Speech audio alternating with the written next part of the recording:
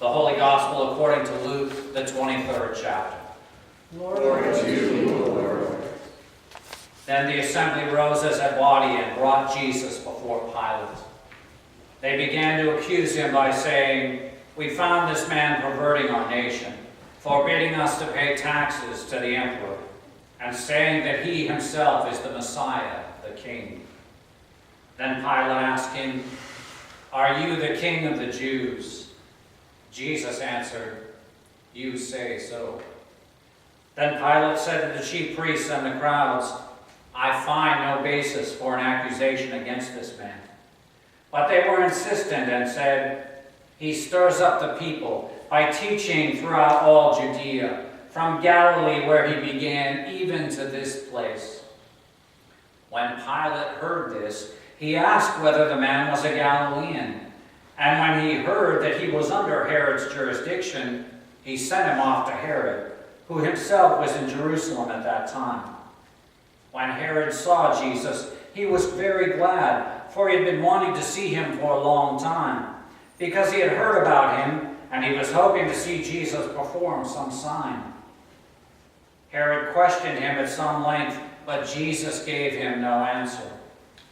The chief priests and the scribes stood by, vehemently accusing him. Even Herod with his soldiers treated him with contempt and mocked him. Then he put an elegant robe on him and sent him back to Pilate. That same day, Herod and Pilate became friends with one another. Before this, they had been enemies. Pilate then called together the chief priests, the leaders, and the people, and he said to them, "You brought me this man as one who was perverting the people. And here I have examined him in your presence, and have not found this man guilty of any of the charges brought against him. Neither has Herod, for he sent him back to us. Indeed, he has done nothing to deserve death. I will therefore have him flogged and released." Then they all shouted out together, "Away with this man! Release Barabbas for us." Barabbas was a man who had been put in prison for an insurrection that had taken place in the city, and also for murder. Pilate, wanting to release Jesus, addressed them again, but they kept shouting, "Crucify! Crucify him!" A third time Pilate said to them, "Why? What evil has he done? I have found in him no ground for the sentence of death. I will therefore have him flogged and then released." But they kept urgently demanding with loud shouts that he should be crucified, and their voices prevailed. So Pilate gave his verdict that their demand should be granted. He released the man they asked for, the one who had been in prison for insurrection and murder. And Pilate handed Jesus over as they wished.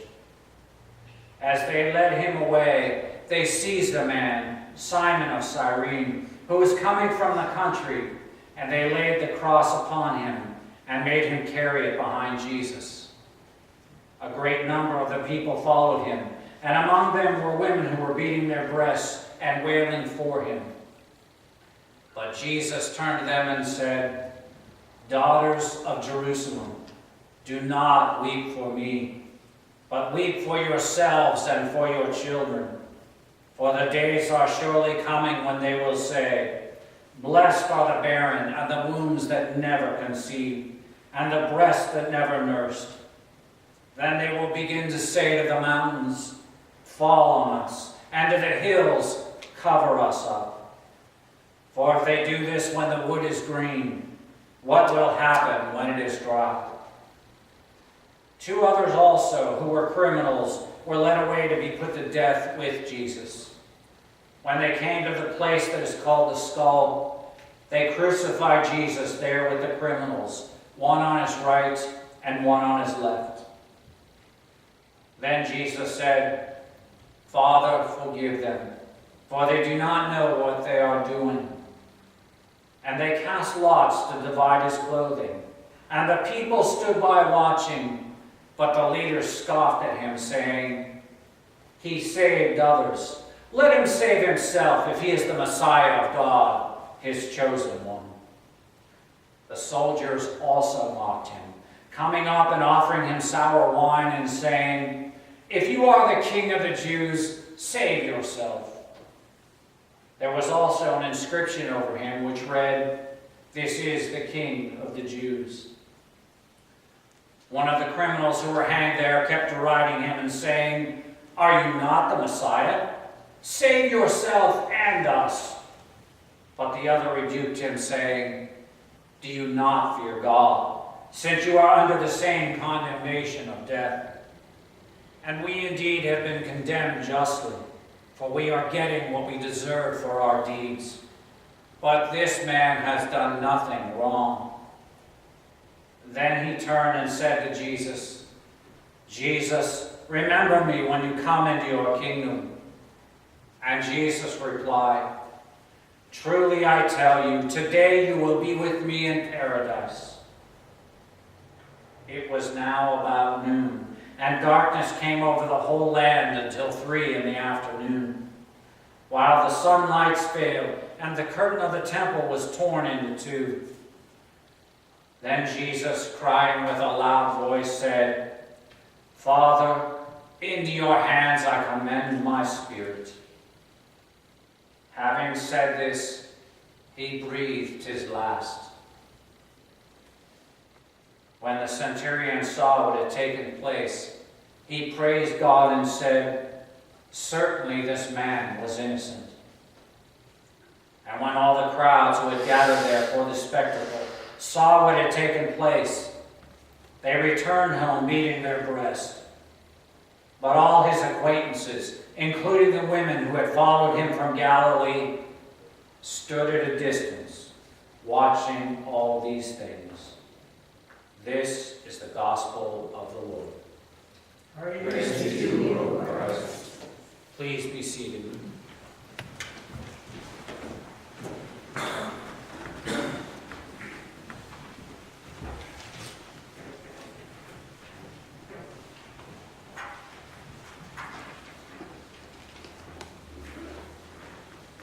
This is one of those Paul Harvey moments. We processed in, we shouted, "Blessed is the one who comes in the name of the Lord." We did all the things that the crowds in Jerusalem did, and now comes the rest of the story. What happened after Jesus came? I think we need to understand why it is that Jesus came. He came for us. He came for all who would sin. And that means everyone in this church. That means everyone in the world. If you think about it, Jesus was being punished for all the wrong that we have done.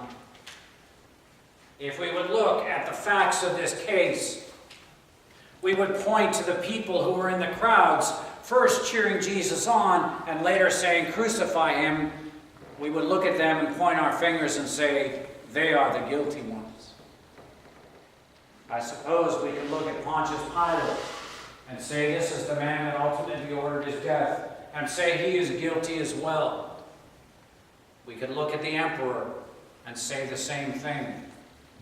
We could look at the Pharisees, the scribes, the priests, and the chief priests, and say they ignored God. When they were face to face with God, they ignored him.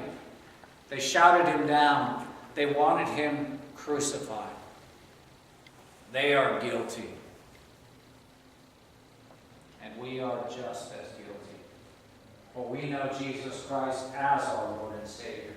We know the rest of the story. We know what God has called us to do in this world, and we turn our backs on him at times. We are just as guilty as those in that crowd.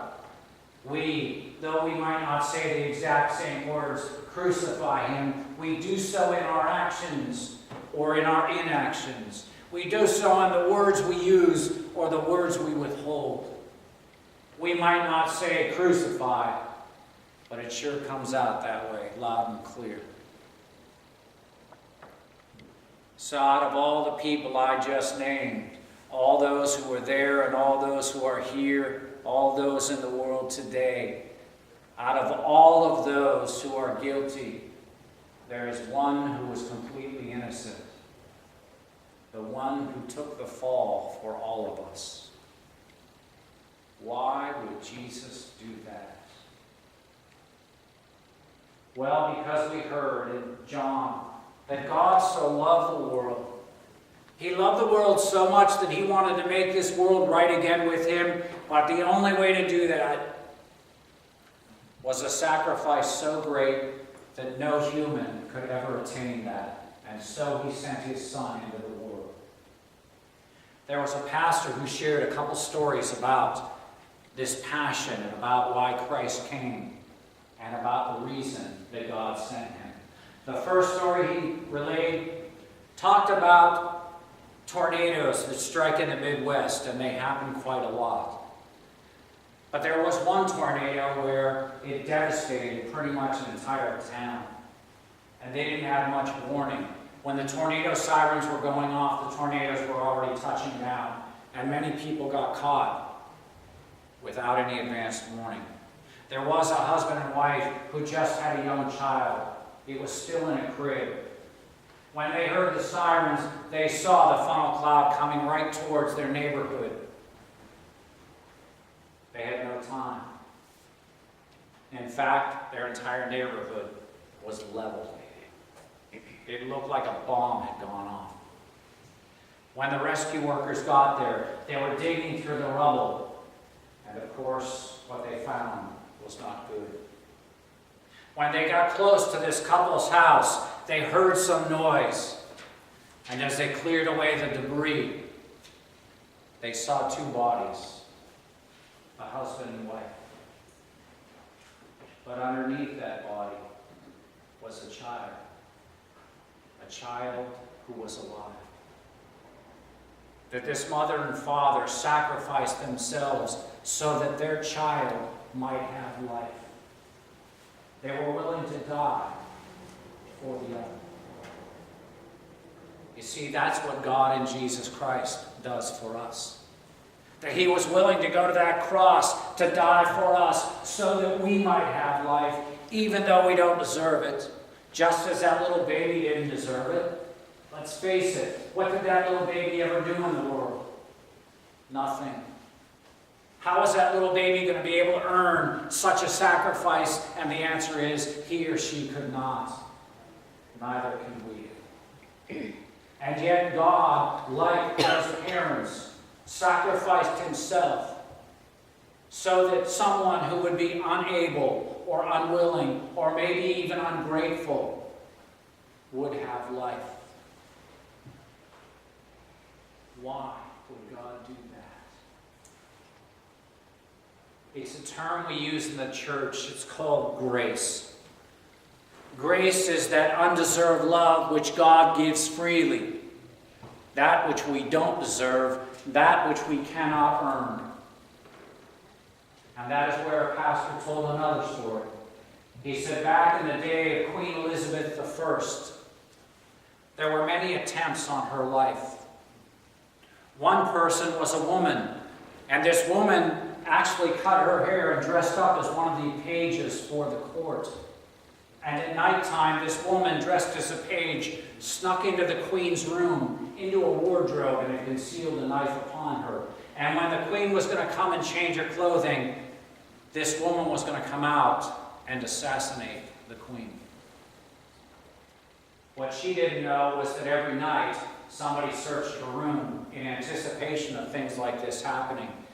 And there in the wardrobe, she was discovered. Now, for most of us who don't know, treason against any royalty is punishable by death. There is no other second choice. Death is the only option. And so when this woman, dressed as a page, was brought before the queen says, "What is it that I should do with you?" And this woman confessed her sin. She confessed that she had done wrong. And the queen said, "You know that the only verdict is death for treason. What is it I should do with you?" And this woman looked at her and said, "Spare my life." Now the queen looked at her and said, "Why should I spare your life?" What is it that you're going to do for me? How is it you are going to tell me that you're going to change your way and promise not to do this again? And the woman looked at her and said, my queen, that grace comes with no conditions. The queen looked at her and said, well then, by my grace, you are free. By my grace you shall live, even though you may attempt to take my life again. It is by the grace of your ruler that I give you your life, one that you cannot buy, one that you cannot earn, but one that is given to you freely, though you don't deserve it. And she was let free. That is what God does for us. He gives us this grace. He does not ever once say to us, if you come to church every Sunday, if you do only good things, if you recite the Lord's Prayer, if you crawl on your knees up a bunch of stairs and do a bunch of other things, He does not ever tell us we have to do those things to earn that grace. Rather, God says, I give it to you freely. He doesn't ever say, I am just going to save the good, but my salvation is for all.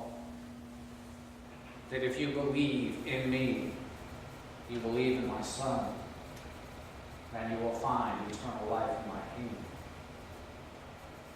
But you don't deserve it, and you cannot do enough to earn it. But it is given, and it is given freely.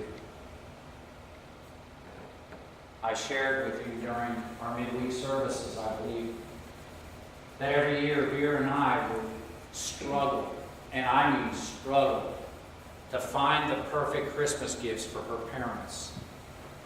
It was an arduous task because, well, they had everything they needed.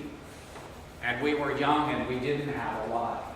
And yet we put a lot of thought into it. And every year we thought we came up with the right gifts and we would then wrap them. And if you've ever known Vera and I, we don't wrap well. But we wrap with a lot of love and tape. After her father passed away, her mom lived in the house, and when her mom had to be moved into a facility, we then had to clean the house out.